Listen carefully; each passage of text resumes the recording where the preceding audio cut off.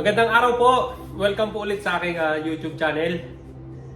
Darwin po ulit. So ngayon guys, nandito na po kami ngayon sa sa bahay namin, yung bahay namin na na lilipatan. So ngayon po ay anong oras na? Alas 6. Alas 6, mag-alas 7 na rin po ng umaga. So dito na kami nag first night namin. Early in the morning kasi babalik pa kami dun sa bahay namin na iniwan o tinira namin para maglinis, pero nandun pa yung may mga tatanggalin pa kami, mga garbage, yung internet, apuputol ko, yung camera, kasi may camera ako sa labas, yung ano ba yun? Yung web, ano yun? Security camera, yan. Security camera din po ako sa bahay. So ipapalipat ko din yun dito. Ayan, so magandang buhay guys. Magandang balita para sa amin. So ito yung parang yung paghihirap sa trabaho, meron ding bunga. Ito, nakalibre na rin ang bahay. Start na rin ng natin. Start na makapag-ipon para makabili ng Start na guys ng ng bagong journey sa buhay. Ayan. So nandito sa tabi ko ang aking asawa. Ayan. Hello po, good morning. Magkape po tayo. Ayan, nagkakape kami kasi nga pupunta pa kami dun sa sa kabilang bahay. So dito sa bahay, grabe pang gulo. So ito, naayos na namin ng konti. Oo, dito sa sala medyo okay na. Pero marami pang aayusin. Madami pa. Sa taas, oo. Kasi yung namin, yung queen size bed, kasi yung pintuan dito, hindi kasya yung iba kasi yung yung concept ng pintuan, kasi itong bahay na to, nasa loob, na yata nasa 60 to 70 years old. Oo, pero magandang bahay. Maganda yung bahay kasi yung unang tumira dito, medyo hindi niya naalagaan talaga yung bahay. Kailangan talaga din niya sa pag-aalaga. So ito, press paint, bago na itong pintura na to. Kung nakikita yung background niya to, bagong pintura na po yan. Yun yung pininturahan ko. Pero yung gamit namin talaga, grabe. Magulo pa. Magulo. Grabing gulo.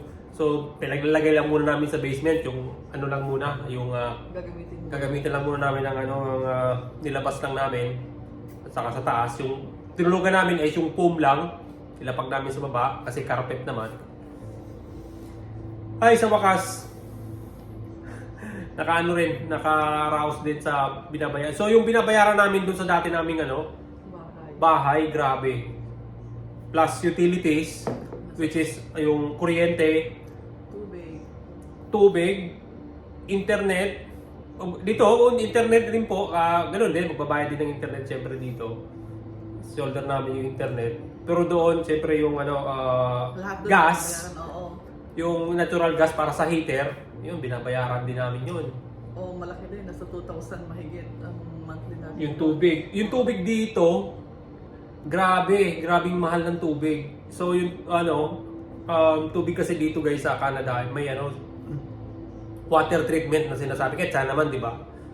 Kahit sa Pilipinas, ganoon yung may na gamot sa tubig para maging okay yung tubig. Pero dito, mas mataas yung cost ng water treatment kaysa doon sa water consumption. Grabe dito sa Canada guys. Grabe ka mahal. So 1,750 yung renta namin sa bahay doon. Ngayon wala na, zero. Wala na kaming babayaran ngayong darating na December. So ito yun na yung unang Pasko namin na maganda. Ito yung pamasko. Siguro ito rin yung blessing ni Lord yan. So papasalamat una sa lahat kay Lord yan. Kasi siya naman talaga laging kong nasa harapan ba. Siya lagi yung front, si Lord. Yan. And guys, so mamaya mag-aayos kami dito. Pupunta mo kami doon, mag-aayos. Ang gagawin ko doon sa queen size bed ko, puputulin ko yung gitna. So, para may tiklop kong ganyan. So, para may lagay ko pataas. So, lalagyan ko na ng brace sa loob niya. Kasi kahoy naman.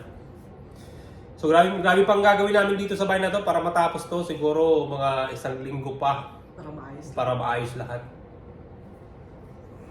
Thank you Lord, thank you. At saka salamat po sa mga sa mga nanonood sa aking video. Shoutout po diyan kay Ate Salico diyan sa Pilipinas. Sa mga sumusuporta. Yun dyan sa Draga Albay. Shoutout sa inyo lahat. Yung mga nagsumusuporta sa aking YouTube channel. Thank you so much. At ito nga po, close na tayo sa December. Advance Merry Christmas. Ayan po. Happy New Year po. Maraming salamat po. Goodbye po muna ngayon. At kita-kita tayo sa sunod kong video. Salamat.